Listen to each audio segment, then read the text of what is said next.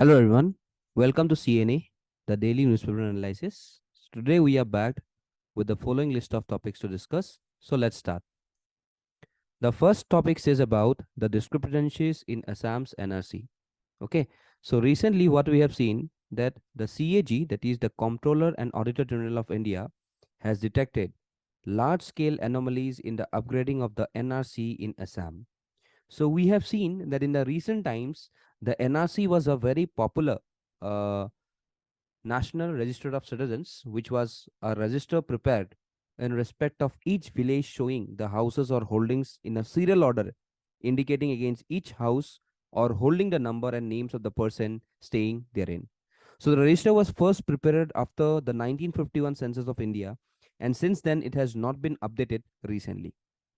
So it has been updated in Assam only for now, and the government plans to update it nationally as well. So, what is the purpose of going in for this NRC? It is to separate illegal migrants from legitimate residents. And who is basically the nodal agency? It is the Registrar General and Census Commissioner of India. So, we could see that in the recent times, the Supreme Court monitored NRC exercise, which was started back then in October 2013. And over 19 lakhs were excluded from Assam's final NRC. And now the CAG submitted its report on the 126-member Assam Assembly on December 24th. So what are the key points that were found on this report? It was the lack of proper planning. So यहाँ पे बोला गया CAG के द्वारा कि 215 software utilities which were added haphazardly to the core software used for updating the exercise were purely not reliable. Also, the risks of data tampering was seen. Okay, it is because of this improper software development, or the process has not left any audit trail. So the intended objective of preparing a valid and error-free NRC was not met.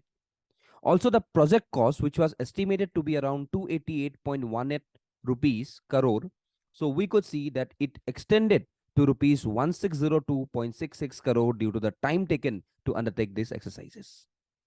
So the CAG sought panel measures against system integrator Wipro Limited for violation of the Minimum Wages Act, and also the payment was made to the operators at a less rate than the minimum wage. So the number of wages paid to the outsourced staff was 45.59 to around 64.27 less than the rate approved by the NRC Coordination Committee.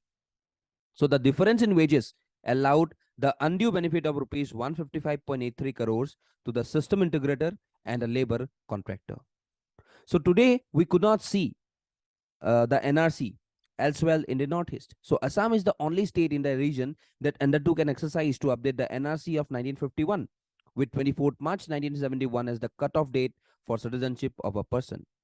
So Nagaland attempted a similar exercise called RIIN, that is the Register of Indigenous Inhabitants of Nagaland in 2019, to primarily shift the indigenous Nagas from the non-indigenous Nagas. लेकिन फिर भी आज यहाँ पे जो प्रतीक हजेला थे उनके ऊपर भी यहाँ पे हैपजर्ड करने का आरोप लगा है, और जो विप्रो है जिसने यहाँ पे सॉफ्टवेयर दिए थे तो उसी के ऊपर एक्शन लेने का सजेस्ट किया है किसने, CAG के द्वारा. तो अभी देखते हैं कि आने वाले टाइम में क्या होता है, लेकिन ये जो NRC है ये तो टोटली फ्लॉप रहा यहाँ पे. ठीक है, चलो नेक्स्ट पे आते हैं. रेजिंग जजेस रिटायरमेंट एज. तो recently there has been a debate constantly कि हम लोग को जजेस का जो ये एजेस है उसको बढ़ा के हम लोग को 70 इयर्स करना चाहिए. ओके, बिकॉज टुडे द जज to population ratio in India is amongst the lowest and in the world at around 19.66 जजेस. जैसे मान लो कि 20 जजेस है पर 10 मिलियन पॉपुलेशन. ओके, सो ये हालत है. So therefore, it is also necessary to increase the number of judges in the pool to enable the judiciary to deal with enormously pendency of the cases. So moreover, यहाँ पे बोला गया है कि 70 तक का एज बढ़ाना चाहिए. ओके, एंड इसका बहुत सारे पॉजिटिव कॉन्सिक्वेंसेस भी रहेंगे, because the senior serving judges will bring them years of experience, and it will ensure the continuous presence of a strong talent pool of experienced judges, which will address the problem of mounting areas, and also it will make the impending litigation explosions render. तो यहाँ पे अगर हम लोग सोचे about the about the situations तो of 70, तो ये ऐसा नहीं है कि हम लोग के यहाँ पे ही डिमांड किया जा रहा है. A retirement age of around 70 for judges is commonplace in most Western liberal democracies. So, यहाँ पे देख सकते हो, in the Supreme Court of United States and in constitutional courts in Austria and Greece, judges are appointed for life. And in Belgium, Denmark, Ireland, Netherlands, Norway, Australia, the retirement age for judges is around 70 years. So India should also consider increasing the retirement age for judges of the high courts and also the Supreme Court. लेकिन यहाँ पे positive के साथ थोड़ा थोड़ा negative consequences भी आएंगे, क्योंकि moreover this legislations which is making this thing to be 70, that is the age tenure.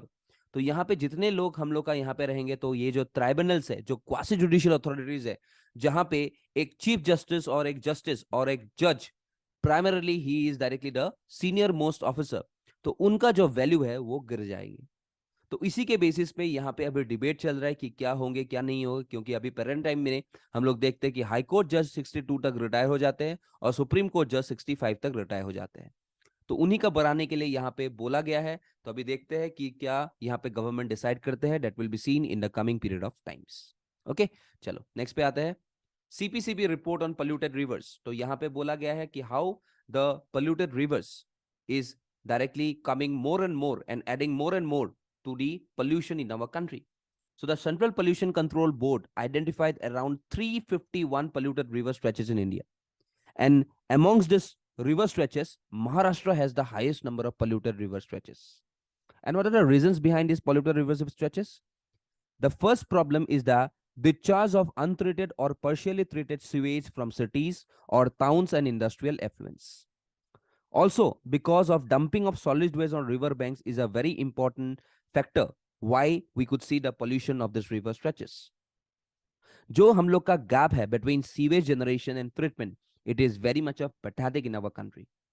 So according to a report published by the recent CPCB, sewage generation from urban areas in the country is estimated to be around 72,368 million liters per day, against the sewage treatment capacity of around 31,841 million liters per day. So this rapid urbanization and industrialization have compounded the problem of polluted river stretches. Though, excuse me, though the government has taken steps with respective to cleaning such number of stretches, just like the National Water Quality Monitoring Program, cleaning or rejuvenation of rivers in an ongoing process, also Namami Gange and NRCP, okay, that is the National River Conservation Plan. Then we could see about the NRCP's main objective is to improve the water quality of the rivers which are major water sources in our country.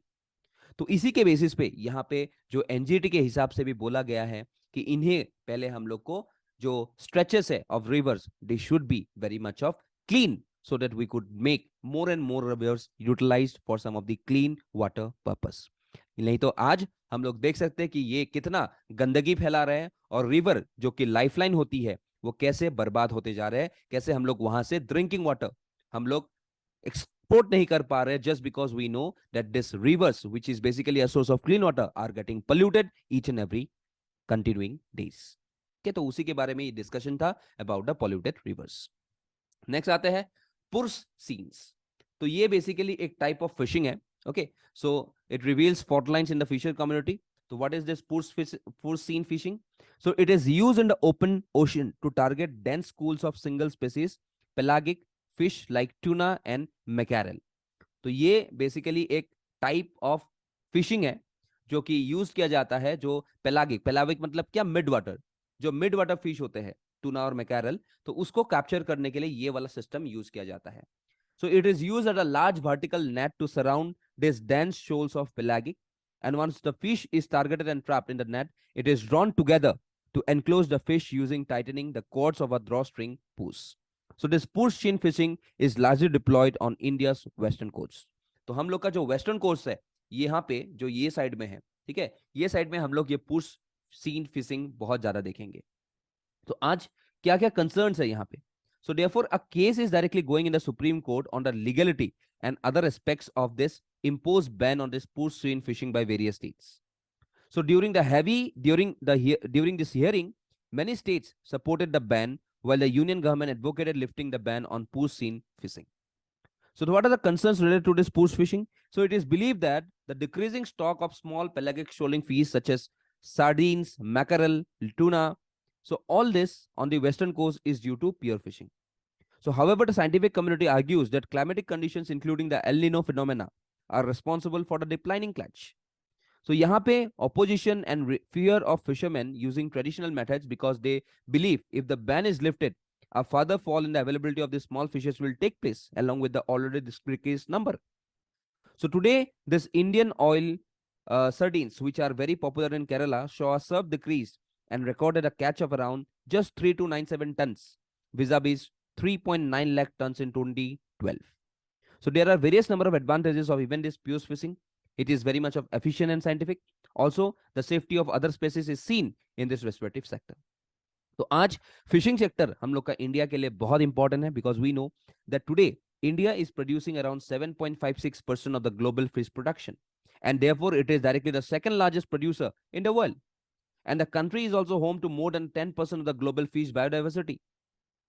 So fisheries and aquaculture witness manifold rise in its production during the last 5 decades also. So today, if I consider around 1950-51, तो वहां पे 5 lakh ton का हम लोग fish produce करते थे. आज वो बढ़ के हो गया है 142 lakh tons. So the share of the fisheries sector in the total GDP of the country today is around 1.07%, जो कि एक टाइम 1950s के टाइम में 0.40% ही थे. So therefore, India has also today witnessed the recognition of the sunrise sector and has demonstrated an outstanding double-digit average annual growth rate since the time period of independence. So India has witnessed around 11.25 MMT inland fisheries and also 3.40 MMT fisheries production in financial year 2021. Okay, so therefore आज यहाँ पे जो fishing है, fishing is basically a state subject, and a management plan for marine fisheries in territorial waters is the job of the respective state. So both Kerala and Tamil Nadu believe fishing is the state subject and they have the right to impose a ban. So लेकिन आज यहाँ पे हम लोग देख सकते हैं कि जो फिशिंग यहाँ पे जो एक स्टेट्स है, भी तमिलनाडु, केरला, पुडुचेरी, उड़ीसा, दादरा नगर हवेली, दमन दीव, अंडमान निकोबार, सो यहाँ पे जितने भी हम लोग देख सकते हैं तो यहाँ पे वो लोग का रेगुलेशन उन लोग के फेवर में अभी जो बैन चाहते हैं वो लोग, ये बैन चलने के लिए ये लोग बोल रहे हैं कि तो supreme court should directly go ahead with the ban.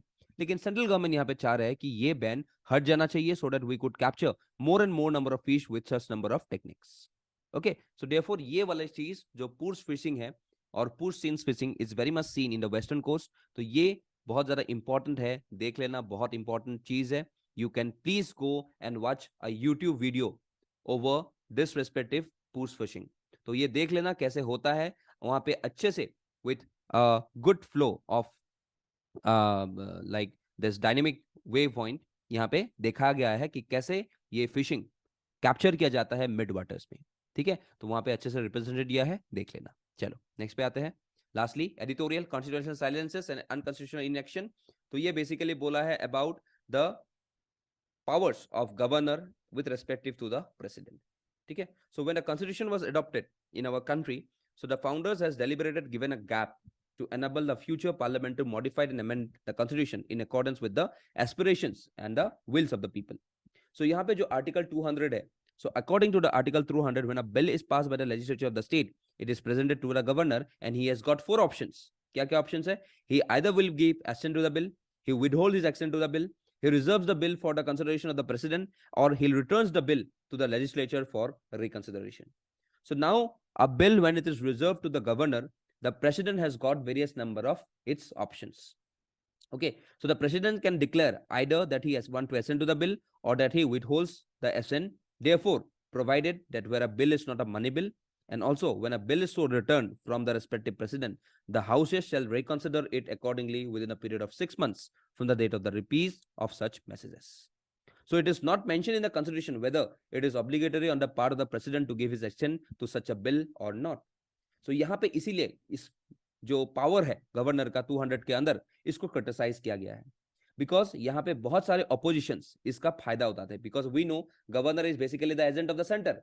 तो यहाँ पे अगर सेंटर में कोई डिफरेंट पावर है और स्टेट में कोई डिफरेंट पावर है, तो governor who is basically the agent of the centre will never accept such number of bill getting recognised. तो ये हुआ था तमिलनाडु में ही. ठीक है, Tamil Nadu prohibition of the online gambling and regulation of online games bill 2002. Okay, so Kerala Lokayukta bill 2002, सो ये सब bill directly reserve करके रखा था किसके लिए? प्रेसिडेंट के एक्सेंट के लिए। तो इसी के बेसिस पे यहाँ पे अभी रिफॉर्म्स के बारे में बोला गया है कि in a consultation paper the institution of governor under the constitution that is under the justice B V Jeevan Reddy led committee states that if the governor withholds assent to the bill indefinitely, such a course will not be conducive, which is decorous regard a governor is expected to rules of the constitutional game. So इसीलिए the National Commission to review the working of the constitution also set up that there should be a time limit for reconsidering such bill, with which the governor should take a decision whether to grant a bill or to reserve a bill for the consideration of the president. तो इसी के लिए यहाँ पे जो disputes है इसके लिए डिलेज होता है, और डिलेज के लिए जो प्रोसेस होता है गवर्नमेंटल, वो प्रोसेस स्लो हो जाता है. So therefore, the constitution should be read contextually to provide a meaning that the governor must act on the bills within a reasonable time, say supposedly 3 months. So the constitutional silences should not be given away for unconstitutional action, leaving space for anarchy in the rule of law. तो उसी के basis पे ये जो इनएक्शंस बताया जाता है from governor with respective to the president, and उसी के लिए एक स्टेट डायरेक्टली स्लो डाउन होता है, तो उसी का डिस्कशन यहाँ पे एडिटोरियल में किया गया है. So here the articles associated with governor as well as the presidents are very important. So look forward, and then we are directly to this end of this today's discussion. So we have these 5 number of MCQs. Please do attempt these MCQs and do join our WhatsApp as well as Telegram channel for further updates. So that's all for today. Thank you and Jai Hind.